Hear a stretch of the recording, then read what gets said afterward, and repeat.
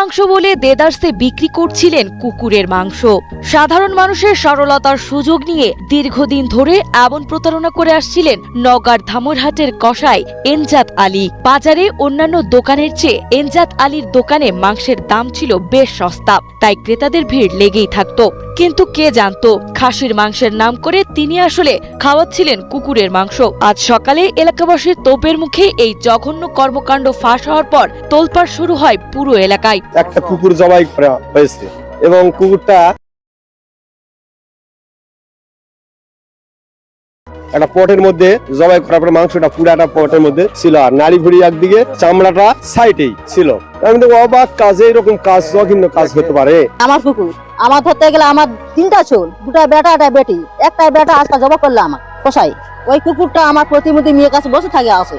ভয়াবহ এই প্রতারণার ঘটনাটি ঘটেছে নওগাঁর ধামরহাট উপজেলার মুকুন্দপুর এলাকায়। অভিযুক্ত কসাই এনজাত আলী এবং তার সহযোগী দুদু দীর্ঘদিন ধরে বাজারে এই কুকুরের মাংস বিক্রি করে আসছিলেন বলে দাবি এলাকাবাসীর। ওদের রুমের ভিতর যায় দেখে কুকুরের মাংস, তখন সবাই ডাকাডাকি করছি, পুলিশ প্রশাসন আসছিল, আসে ও নাই পালাই গেল।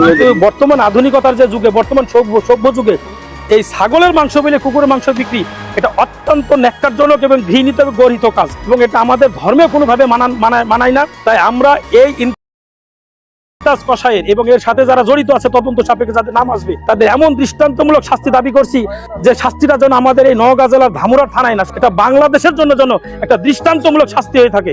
রবিবার 15 ফেব্রুয়ারি সকালে গোপন সংবাদের ভিত্তিতে স্থানীয়দের সন্দেহ হয় মুকুন্দপুর এলাকার একটি নির্জন স্থানে এনজাত ও তার সহযোগীকে কিছু একটা জবাই করতে দেখেন তারা। কাছে গিয়ে স্থানীয়রা দেখতে পান একটি কুকুর জবাই করে চামড়া ছাড়ানোর প্রস্তুতি নিচ্ছেন ওই দুই প্রতারক। ধরা পড়ে যাওয়ার ভয়ে তাৎক্ষণিকভাবে এনজাত ও দুদু মাংস কাটার সরঞ্জাম ফেলে পালিয়ে যান।